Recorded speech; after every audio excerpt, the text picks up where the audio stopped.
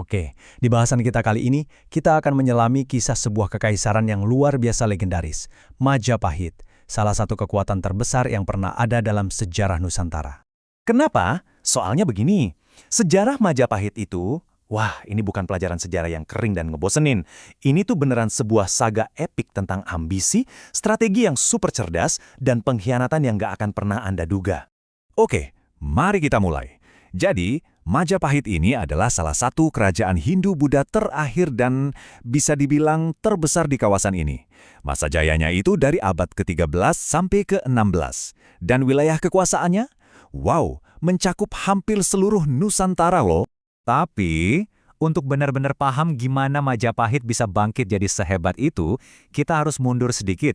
Kita perlu lihat dulu keruntuhan dramatis dari kerajaan pendahulunya, yaitu Kerajaan Singasari.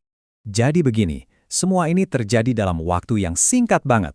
Kesombongan Raja Kertanegara memancing ancaman dari luar, yaitu Mongol. Nah, di saat yang sama, Jayakatwang dengan cerdiknya memanfaatkan momen itu buat balas dendam. Dia kirim pasukan umpan ke utara yang sukses besar memancing panglima terbaik Singasari, Raden Wijaya, keluar dari ibu kota. Dan begitu pertahanan kosong, pasukan utama Jayakatwang langsung menyerbu dan habislah sudah kerajaan Singasari. Nah, dari reruntuhan Singasari inilah muncul tokoh utama kita, Raden Wijaya.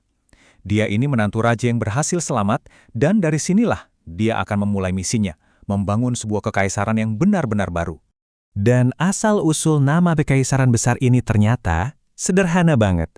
Jadi waktu Raden Wijaya lagi membuka lahan di hutan tarik, salah satu pengikutnya nemu buah maja, terus dimakan. Ternyata rasanya pahit. Ya udah, dari situlah muncul nama Majapahit. Sesimpel itu. Nah, bagian ini yang benar-benar nunjukin kejeniusan sekaligus kekejaman Raden Wijaya. Coba kita bedah strateginya. Pertama, dia pura-pura tunduk sama Jayakatwang. Tujuannya, buat dapat kepercayaan dan wilayah. Terus, pas armada Mongol yang gede banget itu datang, dia bukannya takut, malah bersekutu sama mereka. Dia yakinin Mongol kalau target mereka ya Jayakatwang. Setelah Jayakatwang kalah telak berkat bantuan Mongol, Raden Wijaya mainin kartu terakhirnya. Dia serang balik sekutunya yang lagi capek-capeknya itu dan berhasil mengusir mereka dari Jawa selamanya. Ini benar-benar sebuah manuver politik tingkat tinggi. Dan ya, dengan keberhasilan rencananya yang luar biasa itu, Raden Wijaya secara resmi mendeklarasikan berdirinya Kerajaan Majapahit dengan dirinya sebagai raja pertama yang bergelar Kertarajasa Jayawardhana. Oke, dari proses pendirian yang penuh drama, sekarang kita lompat ke puncak kejayaan kekaisaran ini. Masa keemasan Majapahit. Ini terjadi di bawah pemerintahan Raja Hayam Wuruk dan, tentu saja, Perdana Menterinya yang super legendaris, Gajah Mada. Momen yang paling mendefinisikan era ini tentu saja Sumpah Palapa. Waktu diangkat menjadi Mahapati, Gajah Mada mengucapkan sumpah yang sangat ambisius ini. Sumpah inilah yang jadi bahan bakar utama buat ekspansi besar-besaran Majapahit ke seluruh Nusantara. Dan Gajah Mada benar-benar membuktikan sumpahnya loh.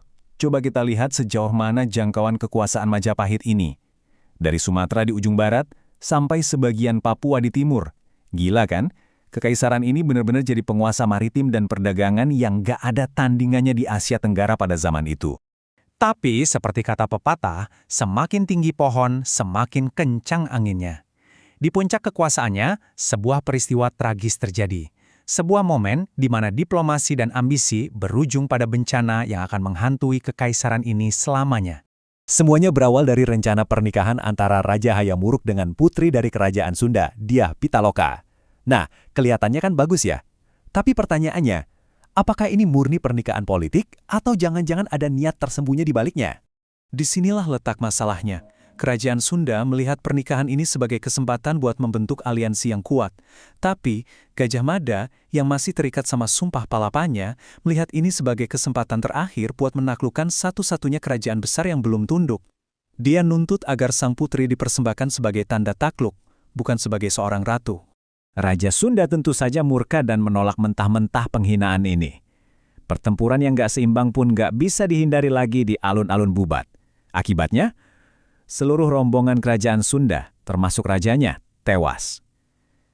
Melihat keluarganya dibantai, Putri Dyah Pitaloka memilih untuk bunuh diri demi menjaga kehormatan kerajaannya. Tragedi ini jadi aib yang sangat besar bagi Majapahit. Ambisi Gajah Mada justru mencoreng nama baik rajanya sendiri, akibatnya dia disingkirkan dari panggung politik dan menghabiskan sisa hidupnya dalam pengasingan sebelum wafat beberapa tahun kemudian.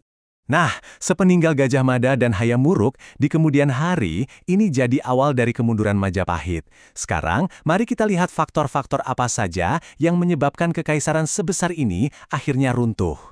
Jadi ada dua penyebab utamanya. Dari dalam, terjadi perang saudara yang menghancurkan persatuan, yang dikenal sebagai Perang Paregreg. Sementara itu, dari luar, kekuatan-kekuatan baru mulai bermunculan. Kesultanan Islam seperti Malaka dan Demak mulai mendominasi jalur perdagangan dan perlahan-lahan melepaskan diri dari pengaruh Majapahit. Lini masa ini benar-benar menggambarkan akhir dari segalanya. Setelah Hayam Wuruk wafat, perebutan tahta memicu Perang Paregreg yang memecah belah kerajaan. Kelemahan internal ini dimanfaatkan oleh Demak, kekuatan baru di pesisir Jawa, dan puncaknya terjadi pada tahun 1527, ketika pasukan Demak menaklukkan ibu kota terakhir Majapahit. Itulah akhir dari riwayatnya. Meskipun kekaisaran ini runtuh, warisannya tidak sepenuhnya hilang. Banyak bangsawan, seniman, dan pendeta Majapahit yang melarikan diri ke Bali. Di sanalah mereka membantu melestarikan dan membentuk budaya Hindu Bali yang begitu kaya seperti yang kita kenal sekarang. Ini membawa kita ke pertanyaan penutup. Dari cita-cita persatuan Nusantara hingga jejak budaya yang ditinggalkannya, bagaimana menurut Anda kisah Majapahit dengan segala kejayaan dan tragedinya masih relevan dan terus bergema di dunia modern kita saat ini?